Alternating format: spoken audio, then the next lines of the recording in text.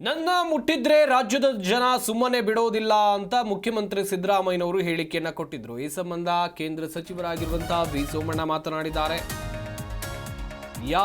ಯಾರಾದರೂ ಸಿಎಂನ ಮುಟ್ಟಿದ್ರೆ ಪೊಲೀಸರು ಕೇಸ್ ಹಾಕ್ತಾರೆ.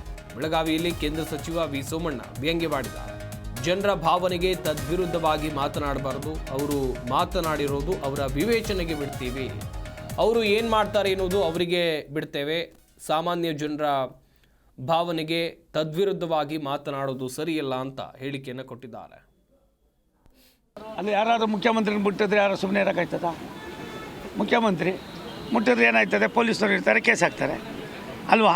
ಹಂಗಾಗಿ ಆ ಅರ್ಥದಲ್ಲಿ ಅವ್ರು ಏನೋ ಮಾತಾಡಿರ್ಬೋದು. ಸಿದ್ದರಾಮಯ್ಯನವರು ಒಬ್ಬ ಅನುಭವಿ ರಾಜಕಾರಣಿಗಳಿದ್ದಾರೆ, 2 ಬಾರಿ ಮುಖ್ಯಮಂತ್ರಿಗಳಾದವರಿದ್ದಾರೆ. ಅವ್ರು ಏನು ಮಾತಾಡ್ತಾ ಇದ್ದೀನಿ ಅಂಥದ್ದು ಅವ್ರ ವಿವೇಚನೆಗೆ ಬಿಡ್ತೀನಿ.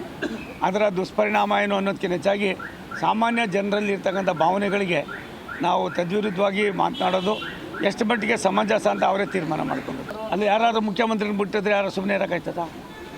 ಮುಖ್ಯಮಂತ್ರಿ ಮುಟ್ಟಿದ್ರೆ ಏನಾಯ್ತದೆ? ಪೊಲೀಸರು ಇರ್ತಾರೆ, ಕೇಸ್ ಹಾಕ್ತಾರೆ ಅಲ್ವಾ?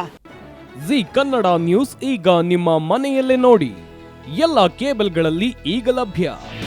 ನಿಮ್ಮ ನೆಚ್ಚಿನ ಜಿ ಕನ್ನಡ ನ್ಯೂಸ್ ಈಗ ಸನ್ ಡೈರೆಕ್ಟ್ ನಲ್ಲಿ number 292, Tata play number 1664, Jio TV number 1334, NXT digital number 30, in cable number 30, city networks 51, U digital number 162, GTPL number 17, Rockline telecommunications number 42, Shri Basaveshwara cable number 168, rural cable network 60, Vinayaka digital 57, Abhishek cable 821, city channel 53, Siddeshwara cable network 57, V4 digital Infotech 628, Surya digital networks 53, Gajanan digital number 836, Malnad Infotech Private Limited number